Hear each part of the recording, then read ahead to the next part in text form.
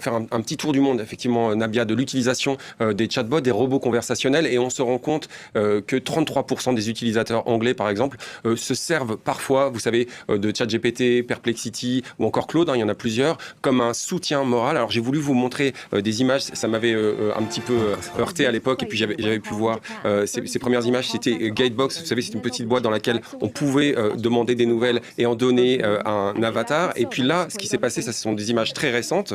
Les premières, c'était il y a 7 ans. Et là, les images très récentes, voilà, c'est réel. C'est celle d'une japonaise qui s'appelle Yurina Noguchi, 32 ans, qui s'est mariée au courant de l'année 2025 avec Lune Klaus Verdure. C'est un compagnon IA qui n'existe, qu'elle a rencontré sur ChatGPT, qui n'existe que dans son cœur. Elle se marie, on voit bien, avec une représentation de son téléphone. Elle a des lunettes parfois pour pouvoir le regarder, pour qu'il ne la quitte jamais. Elle va prendre des photos pour lui.